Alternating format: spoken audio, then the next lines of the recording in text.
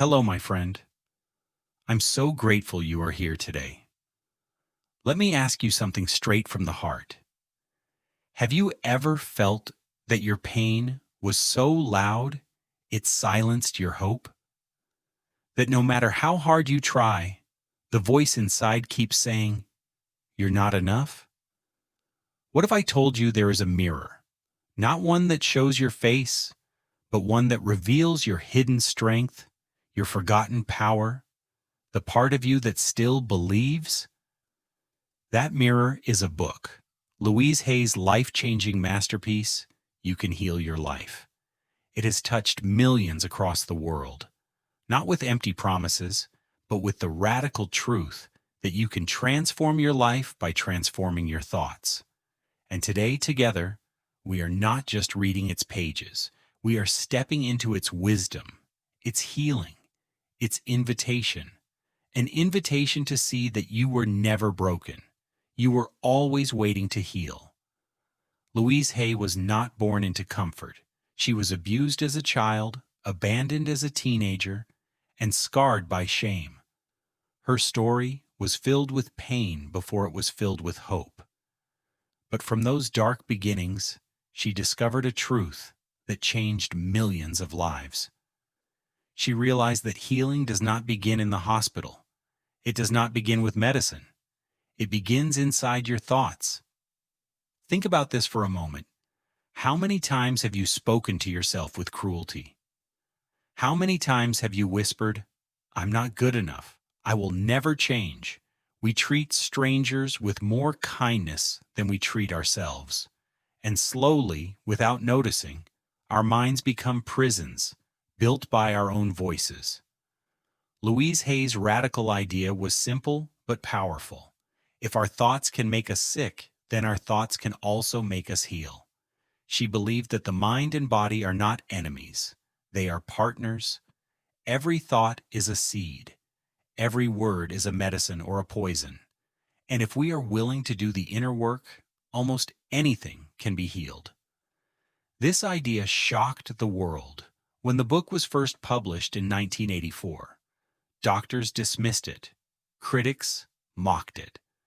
But ordinary people, people struggling with heartbreak, trauma, illness, depression, they felt something awaken. For the first time, someone told them, "You are not broken. You are not weak. You are not hopeless. You are simply holding beliefs that no longer serve you." Since then, this book has sold more than 50 million copies. It has been translated into over 30 languages. It has been read in hospitals, schools, prisons, therapy rooms, and small bedrooms lit only by tears. Why? Because its message is universal. Your life can change the moment you change your thoughts. But let's pause here. I want to ask you a simple question. Have you ever noticed how your inner voice speaks to you every day? Is it kind or is it cruel? This is your first checkpoint, my friend. Answer honestly in your heart, because awareness is the first step toward healing. Louise believed there are 6 truths that can set you free, and Act 1 of our journey will explore them, not as theories but as keys. Keys that can unlock the heavy doors inside your mind. Truth 1. Your thoughts create your reality. She said the mind is like a garden. Every thought is a seed. If you plant weeds of fear, doubt, and hatred, you will grow a life full of pain. If you plant seeds of love, hope, and trust, you will grow a life full of peace. It sounds simple, maybe even childish, but think of the last time you failed. Did you tell yourself, "I am worthless"? Or did you say, "This is a lesson, I will rise again"? 2 different thoughts, 2 different gardens, 2 different lives. Truth 2. Life is a mirror. What you give out, you get back. If you walk into the world believing people will hurt you, you will notice betrayal everywhere. If you believe money is evil, you will unconsciously push it away. If you believe love always ends in heartbreak, you will repeat the same pain. This is not magic. It is psychology. Your mind sees what it believes, and life reflects it back to you like a mirror. So the question becomes, what reflection are you carrying inside? Truth 3. Illness begins in the mind. Louise was one of the first to say something bold. That many physical illnesses are connected to emotional wounds. Cancer may hide resentment. Back pain may reflect feeling unsupported. Throat problems may symbolize fear of speaking up. Of course, she was not blaming the patient. She was inviting us to explore the connection between pain in the body and pain in the heart. She herself had cancer, and she healed, not only with food and therapy, but with forgiveness, self-love, and affirmations. She lived her own medicine. Truth 4. Self-hate is the root of most problems. Behind broken relationships, failed careers, addictions, and depression, there is often one enemy. The enemy is not out there. It is in here, inside your own mind. Self-hate is the most silent but most dangerous poison, and we feed it to ourselves daily with cruel words. Louise's invitation was radical. Stop. Stop attacking yourself. Start treating yourself like someone you love. Truth 5. Childhood beliefs still control you. When you were young, you had no filter. If a parent said, "You will never succeed," you believed it. If a teacher mocked you, you carried that shame. If someone abandoned you, you thought, "I am not lovable." And now, as an adult, those old voices still shape your choices. You overwork to prove yourself. You sabotage love because you think you don't deserve it. You carry fear like it's part of your DNA. But here's the truth Louise offers. Those beliefs are not yours. They were borrowed from people who were broken themselves, and you can release them. Truth 6. Forgiveness is for you, not for them. This may be the hardest truth of all. Forgiveness does not mean the past was okay. It does not erase the pain. It means you refuse to carry the poison anymore. It means you choose peace over resentment. Louise herself forgave her abusers, not because they deserved it, but because she deserved freedom. And she taught that forgiveness is the most powerful medicine of all. Pause with me here. Take a deep breath. Think of one belief you have carried since childhood. Ask yourself, is it helping me or is it hurting me? This is your second checkpoint. Do not rush the answer. The act of questioning is already a seed of healing. My friend, these 6 truths are not theories. They are invitations. Invitations to enter your own mind and see what has been waiting there all along, the power to heal. Louise once said, "The point of power is always in the present moment, not in the past, not in the future, but now." And the moment you choose a new thought, you begin a new life. But knowing these truths is not enough. The real question is, how do we apply them? How do we take this wisdom out of the book and into our daily lives? That, my friend, is where the journey truly begins. Because understanding is the first step. But practice, daily, honest practice, is the bridge to transformation. So take one more breath. Feel the weight of your old beliefs for a moment. And then imagine setting them down. Because ahead of us lies not just theory, but tools. Tools you can use to heal your thoughts, your body, and your life. And the story we are about to step into will show you exactly how the truths we explored are powerful. But knowledge alone cannot set you free. It is like reading about exercise without moving your body. You can understand every principle, but until you practice, nothing changes. Louise Hay believed healing is not an event but a process. It is not a one-time decision. It is a daily practice. A practice of listening, questioning, releasing, and planting new seeds in your mind. So now let us walk together into the how. How do you heal your life? How do you take the 6 truths and turn them into transformation? Louise gave us a map, a gentle but firm process that begins with awareness, travels through resistance, and ends with freedom.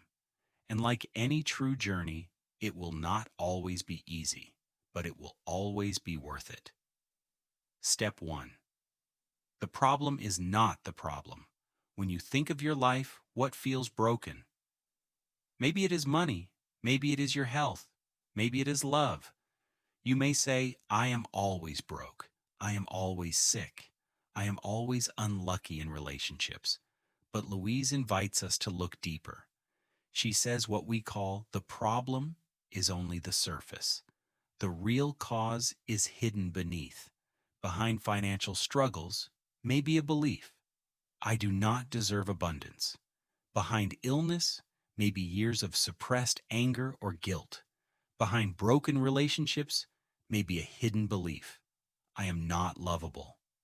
And until you face the hidden cause, the outer effect will repeat again and again. Take the story of a woman who kept losing her jobs. She said, "It's always the boss. They hate me." But when Louise spoke with her, the truth emerged. As a child, she had been told, "You're not smart enough. You'll never succeed." So every time a boss corrected her, she panicked and sabotaged herself. The boss was not the problem. The belief was.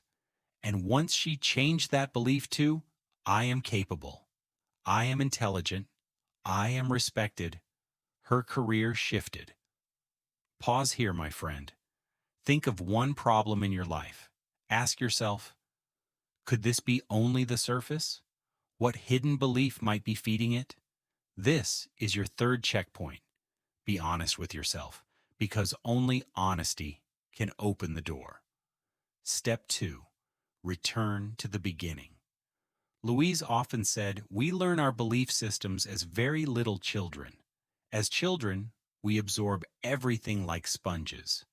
If your parents fought, you thought it was your fault. If you were ignored, you believed you were unworthy. If someone mocked you, you carried shame. Those childhood beliefs became the invisible scripts of your adulthood. But the good news is this: once you see where they came from, you can release them. A man who feared public speaking discovered this truth. Every time he faced an audience, he froze. He thought, I am just bad at speaking.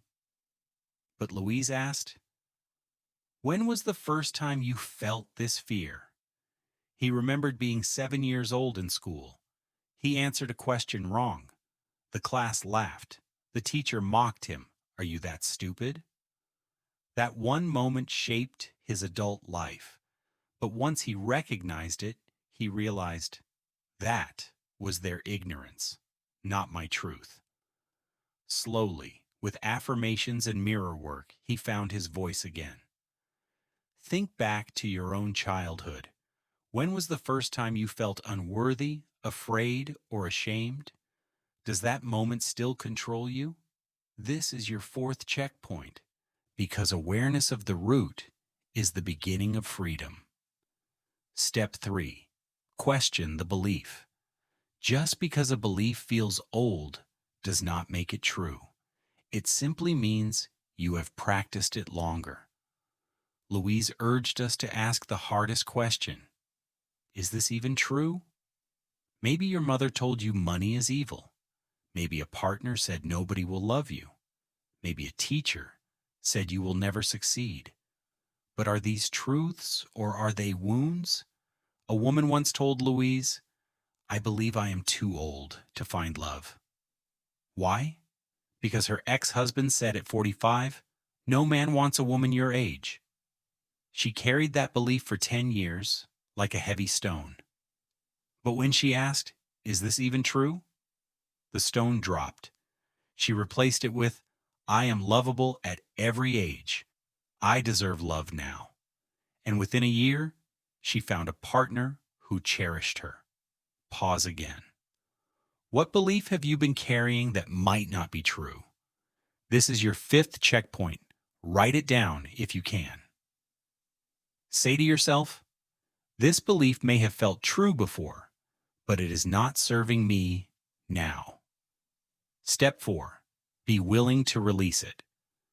This is the hardest but most beautiful part, because even when a belief hurts us, it feels familiar. Victimhood can feel like protection. Anger can feel like identity. Pain can feel like home. Louise did not say you must release everything overnight. She said, be willing to be willing. Even the smallest willingness opens the door. One woman told her, I will never forgive my mother for what she did. Louise asked gently, are you willing to be willing to forgive her? The woman thought, then whispered, I am willing to try. That tiny shift began the healing. Weeks later, the anger softened. Months later, she found peace. Forgiveness is not letting the other person off the hook. It is setting yourself free. Step 5. Face resistance with kindness. Every journey of healing meets resistance. You procrastinate. You forget your affirmations. You feel anger rise. This is not weakness, it is fear. The mind resists change because change feels dangerous. If you have always believed, I am not lovable, then saying I am lovable feels false. If you have always lived in survival mode, choosing joy feels unsafe.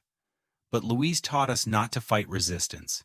Instead, to talk to it like a scared child. To say, it's okay. I am willing to change. I trust the process of life. A man once told Louise, I feel unsafe when life is peaceful. Because he grew up in violence, chaos felt normal, peace felt strange. That was not laziness. It was resistance. And resistance melts only with gentleness. Step 6. Use affirmations and mirror work. Here lies the heart of Louise Hay's work. Affirmations are not magic words. They are seeds you plant again and again until they grow. And mirror work is the soil where they grow fastest. Stand before a mirror. Look into your own eyes. Say, I love you, I forgive you, you are safe now. At first, you may cry. You may laugh awkwardly. You may hear the inner critic scream, this is fake. But keep going, because your inner child is listening. The child who once heard, you're worthless, now needs to hear, you are worthy. One man in his 50s did mirror work for the first time. He had never said, I love you to himself. On day 12, he cried. On day 20, he smiled. On day 30, he whispered, you are a good man. I'm proud of you. And he believed it. Mirror work gave him back to himself. Step 7. Practice daily. Healing is not a single event. It is not a weekend retreat or a one-time epiphany. It is daily practice, like brushing your teeth or watering a plant. If you do not plant good seeds every day, weeds will return. So Louise suggested morning rituals. Wake up, place your hand on your heart, say, good morning, I love you. Repeat affirmations while brushing your teeth. Write 3 things you are grateful for. End your day with forgiveness. This is not ritual for ritual's sake. This is rescue. Rescue from the noise of the world, which fills your mind with fear, stress, and doubt. Your daily practice is how you claim your mind back. Pause once more. What small practice could you begin tomorrow morning? Could you say one kind sentence to yourself? Could you write one new belief? This is your 6th checkpoint. Remember, small steps create great healing. My friend, Act 2 is not just instruction. It is invitation. To explore the roots of your pain, question them, release them, and replace them with love. Louise's message is simple. You are not your past. You are not your pain. You are what you choose to believe right now. But there is still more. Because while affirmations and daily practice are powerful, the body itself holds secrets. The body remembers what the mind forgets. Every ache, every illness, every symptom may carry a story. And if we can learn to listen to the body, we can unlock a new dimension of healing. That, my friend, is where our journey now turns. Your mind is powerful, but your body also tells stories your mind forgets. Every pain, every illness, every tension is not random. It is a language, a secret language that reflects what you have been carrying inside. Louise Hay taught the world something radical for her time. She said, "Your body is a mirror of your thoughts and beliefs."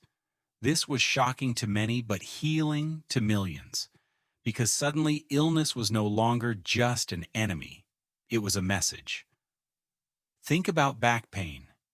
Doctors may say it comes from muscles, but Louise saw deeper. She said back pain can reflect feeling unsupported, financially or emotionally. Throat issues may reveal fear of speaking your truth. Stomach problems can mirror anger you have not digested. And heart disease may reflect lack of joy or overwhelming stress. This does not mean it is your fault when you are sick. It means your body is begging you to listen, begging you to face the emotions you have buried. Because when you bury pain, the body remembers. Louise herself lived this truth. She was diagnosed with cervical cancer. Doctors offered surgery, but she chose another path. She asked, what belief, what pain, what shame has created this in me? And she discovered layers of childhood abuse, self-hatred, and anger. She began forgiving, releasing, practicing love daily. Within 6 months, her cancer disappeared. Her healing shocked doctors, but inspired the world. Pause with me here. Think of one area in your body that always hurts. What could it be trying to tell you? This is your 7th checkpoint. Do not judge yourself. Just listen, because listening is the beginning of healing. From pain to power. Stories of healing are everywhere when people apply this work. One woman lived with migraines for 20 years. She tried medicine, diets, everything. Then she realized she had been criticizing herself daily. I'm stupid. I'm a failure. Louise invited her to affirm, I love and accept myself exactly as I am. Within months, the migraines faded. Another man had constant stomach issues. No doctor could explain it. But when he explored his past, he remembered years of swallowing anger in silence. He never spoke up against abuse. His stomach carried the weight of words unspoken. Once he began practicing, I am safe to express myself, his health improved. These are not miracles in the sense of magic. They are miracles in the sense of alignment. When mind and body agree on love, healing flows naturally. Forgiveness as medicine. Perhaps the hardest but most powerful medicine is forgiveness. Not forgiveness for the sake of others, but for yourself. Louise often said, holding on to resentment is like drinking poison and expecting the other person to suffer. Your anger burns in your chest. Your grief sits heavy in your stomach. Your resentment freezes your back. But when you forgive, your body releases the burden. You are no longer chained to the past. One woman was abused as a child. She said, I'll never forgive him. But years later, her depression and illness were destroying her life. Finally, she whispered, I forgive you. I set myself free, not for him, but for herself. Slowly, her health returned. Forgiveness did not erase the past, but it gave her back her future. Checkpoint 8 is here. Ask yourself, who are you still carrying inside your pain? And are you willing to set yourself free, even a little? The daily practice of healing. Louise left us with tools simple enough for a child, but strong enough for a lifetime. Affirmations. Choose loving words and repeat them daily. Mirror work. Look into your own eyes and speak kindness. Gratitude. Begin and end your day with thanks. Forgiveness. Release quickly so pain does not grow roots. Awareness. Notice your thoughts because your mind is always planting seeds. None of these take hours. Some take minutes. But practice daily. They rewire your entire life. As Louise said, we do not heal by fighting the darkness. We heal by bringing in the light. Imagine your life 1 year from now if you began today.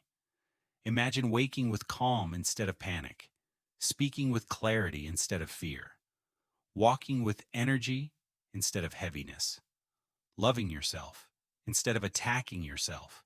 It is not a dream, it is a choice. Final reflections.